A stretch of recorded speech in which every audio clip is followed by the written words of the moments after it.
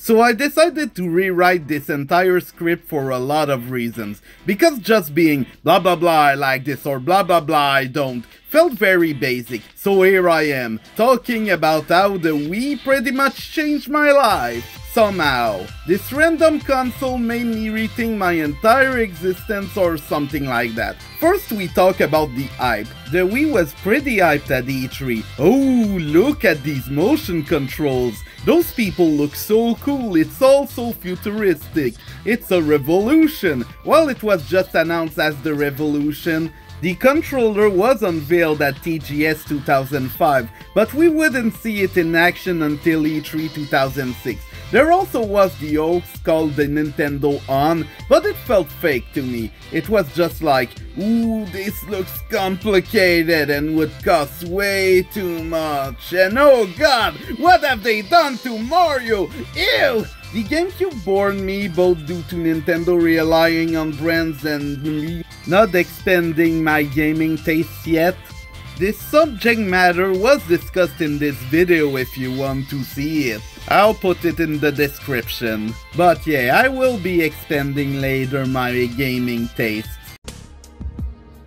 I shower you with coconut cream pie.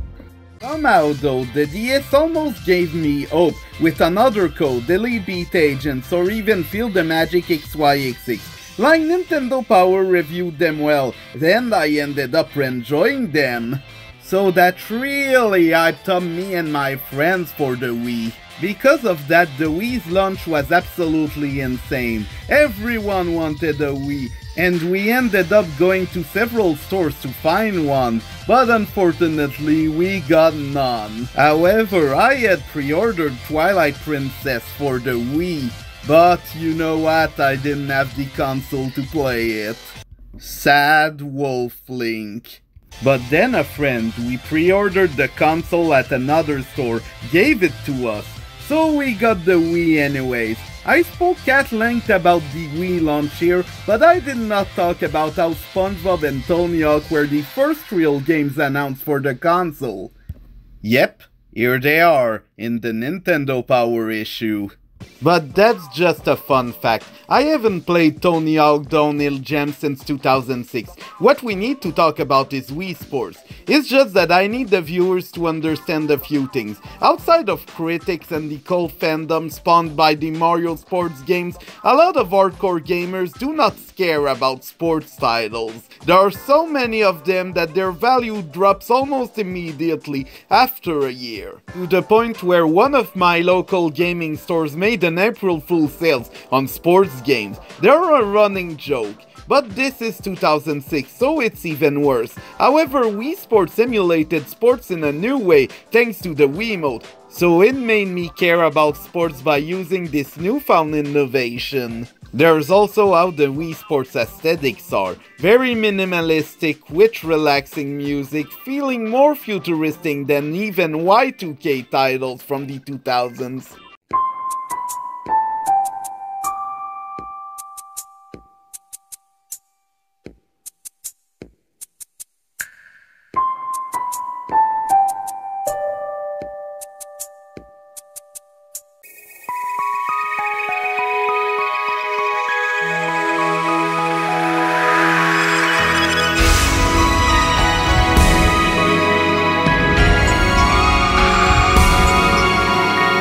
While the graphics might not look outstanding, I absolutely love this style. Definitely more interesting than an actual realistic sports game coming out every year. And the fact that the Miis you create can participate makes the roster much more interesting. Like Michael Jackson versus Marco Bublé at baseball. Miis can make any game entertaining. The difficulty also adapts you to your skill level. Being tired of the cheap AI in Mario spin-offs that made the Wii Sports so dang fun. Wii Sports made me appreciate a genre that I've never really cared about. Maybe that expanded my gaming tastes even more. And it made me try out even some other sports games.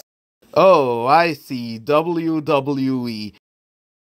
WWE Backlash, sponsored by Bracket Guard. Well, there were a few signs that I wasn't straight. WWE made sure I wasn't. Big buff men fighting each other was not only hot, but also really fun. My only problem with 2008 is that it was missing a lot of content from other consoles, so I just rented it. Using your Wiimote to slam your opponents is really fun. But because of that, I actually ended up really liking the characters I was playing as, and I started watching some wrestling, since one of my uncles had plenty of wrestling DVDs. It's just that I haven't watched some in a while since my uncle passed away. So yeah, let him rest in peace. Another aspect of the Wii that I would consider interesting is the Virtual Console. It'll tell me to catch up with some classics while I had my first bank account as a teenager who does not work. So the first game I got was Sin and Punishment. While the plot was confusing at first, I ended up falling in love with it and got hooked until I lost all my continues. Then I restarted and got better. The game got better and better, even with a cliffhanger ending. This is my favorite Nintendo 64 title of all time, and this is considering Mario 64, the Banjos, Zelda, etc. This is my favorite. And I think this is the result of leaving my nostalgia-fueled comfort zone, trying something new. Fortunately, there was a sequel that solved the cliffhanger ending. The manual explained so many of the questions I had after finishing the game. Honestly, while I will love the original more, this is an outstanding sequel that always just works. That would lead me to play a lot more experiment titles, even Capcom's point-and-click adventure Zack and Wiki. Zack and Wiki is a point-and-click game that uses the Wiimote's functions very well, while having gorgeous graphics as well as actually funny slapstick humor. That makes me go back to Tom and Jerry. The only other game in the same genre that I have played is the 101 Dalmatians PC game. Yep. So even in the unfamiliar, I could find something I could relate to. Comparing this to how I felt playing Mario Party 8 at launch, a game from a franchise that I was very familiar with, and that was just I made a video about it if you want. Fortunately, Super Paper Mario was something I was familiar with, and it is one of the very few titles I've seen a lot of hype for on the official Nintendo forums. People have talked about the game from April 2007, its release date, to the closure of the forums in September 2007. Compared to even Zelda Twilight Princess, this is an achievement. So let's just say I saw the rise and the fall of this fandom and of the Nintendo forums. Do I think it was worth the hype? Yes. This is my favorite Paper Mario game by far, and the story is so cool, despite the gameplay not replacing normal Paper Mario fights. This was the first time I got involved in the fandom of a single game. Like, there's the Sonic fandom, but yeah, I really like talking about Super Paper Mario with the fandom, and I really appreciated the experience Super Paper Mario gave me. Oh, and if you're wondering what I think about Paper Mario The Thousand Year Door, here's this video! As for Sonic, most Sonic games from this era were slammed by critics, despite me liking them. So I guess that built my patience and my character, and also made me log off. Which, yeah, that's a good thing. Please log off from time to time, it's good for you. Another aspect of the Wii that was familiar to me was the light gun shooters. There used to be an arcade in my town, but due to some illegal drags, it was closed down. So I did not get to play many of those shooters. So sad. Very sad. But with the Wii, I could finally achieve my childhood dream in Rayman Raving Rabbids, as well as in House of the Bread. I played House of the Bed 2 at Arcadia 2008, and once I got to be 17 years old, Rated M games were mine. Granted, I bought No More Heroes when I was 15 with the help of my mom, so No More Heroes is the furthest I've ever been from my comfort zone so far, and it was worth it. However, we need to talk about light gun shooters just a bit. The main difference between arcade light gun shooters and ones made for the Wii is that the ones for the Wii are much longer with a slower pace to insert more content. So stuff like Dead Space Extraction or the Resi Gun titles give you more bang for your buck. It's also why House of the Bread Overdrill is so satisfying. Sega also has done some ports of their arcade titles, hence why it was fascinating to see House of the Dread on a Nintendo console. I'm not 100% sure that the dialogue has aged well, but look at these graphics, they're so pretty. Too bad we never got a real sequel to that. Okay, No More Heroes time. I heard a lot about Killer 7, but I was 12 at the time. But at 15, it felt more understandable to play a 17 years old and up game. My problem with the M-rated games is that a lot of people thought that playing M-rated content meant they were more superior, mature, so they were like, you should be ashamed of not playing M-rated titles. Unlike me, you're not mature enough. Due to those people, I did not care about a lot of cool titles actually. But then I saw No More Heroes in Nintendo Power, and it looked really cool and incredibly stupid. Next to Sonic Adventure 2, this is the punkiest game I have played so far. And Sonic Adventure 2 is about how the government is willing to destroy a child's life in order to protect its secrets. Very, very normal kids game stuff. No More Heroes push the limits of good taste by having our anti-hero being the dorkiest dummy alive with a lightsaber that you have to do suggestive poses in order to recharge. Fortunately, Travis Touchdown is not a good guy. He's an otaku who barely speaks to women. Moe. While his actions are very, very debatable. While Travis does a bunch of odd jobs, including finding cats, he's still an Ashford though. Let's just say that No More Heroes broke my very weird egg, along with The World Ends With You. I really need to make a video about Wii someday. Yay. Also, due to No More Heroes, I started searching for other games Suda51, who portrays himself as an artist. So that made me think, what if video games are actually art? And that blew my mind. And my mind has already been blown by Mario Galaxy. The thing about Super Mario Galaxy is that the main game is 100% beautiful and all that, but Rosalina's storybooks made me cry hard. And let's just say I fell in love with it. Like, this is entirely optional storytelling that I think was made in secret according to Nintendo Power. Either way, this made me cry hard.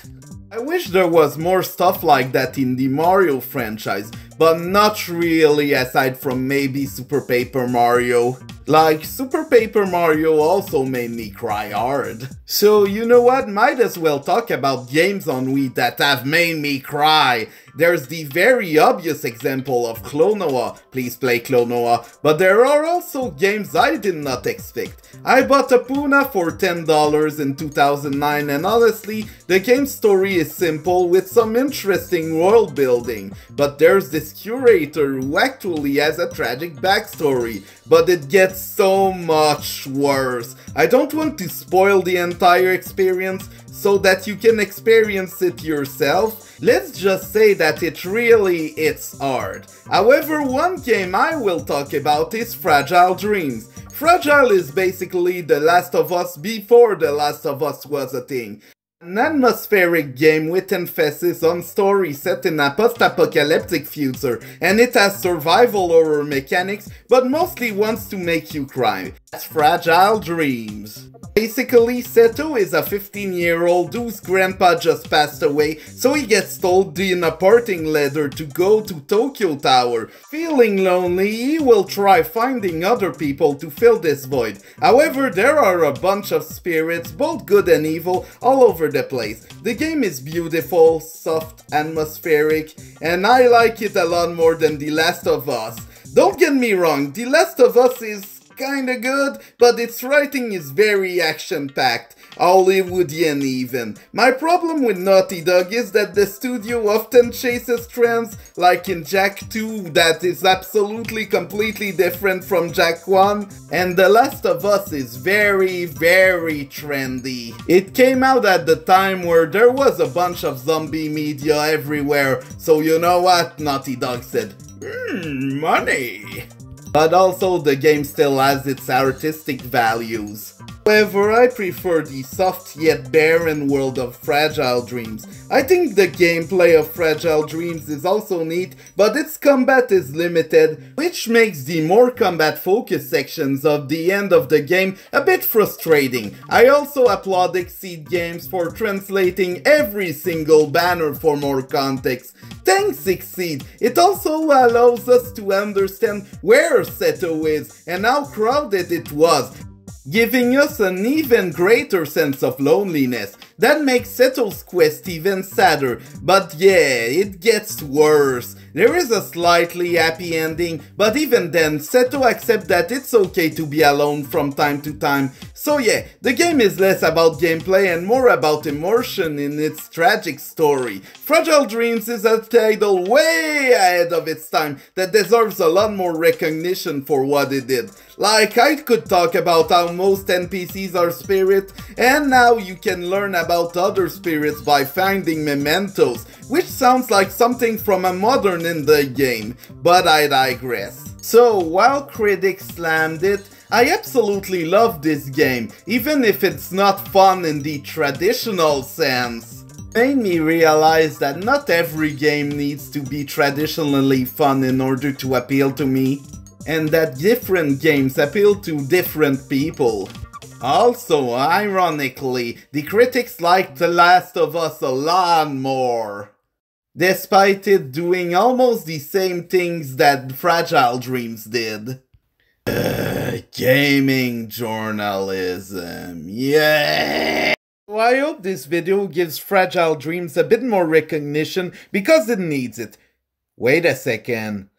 Is there another title about loneliness that I forgot about? Oh, Silent Hill. Silent Hill Shattered Memories was my introduction to Silent Hill, and by introduction I mean I watched every cutscene of every OG Silent Hill before I played the game, and not gonna lie, I loved it. The weird atmosphere of the first one, the symbolism of the second one, the twist of the third one, and the I did not care about Silent Hill 4 story back in 2009, to the point where I straight up stopped watching the cutscenes. Ouch. As for Shattered Memories, this was interesting as a game, to the point where there's a psychological test, which interacts with the title. I love the writing, most puzzles, but the chase sequences gave me nightmares, and having to retry them over and over again annoyed me, while also scaring me. Also, just saying, this was one of my first experiences with horror media. As for my media experiences today, well, I have seen a lot worse. I think that opened the door of what horror in gaming would be, but would also open the doors to more artsier, experimental games. Another thing about Apuna though is that it made me look for more games in bargain bins. Not everything good has to be $50, but then again, Wii games were either $50 to $40 at their full price, which is way better than nowadays $80, at least for Canadians. Oh, it's $90 now. Even my launch copy of Pandora's Tower was $40. I'm still glad Tatsunoko vs Capcom's was just $50. Hold on a second. You can push yourself to the limit. Oh, I forgot the lyrics.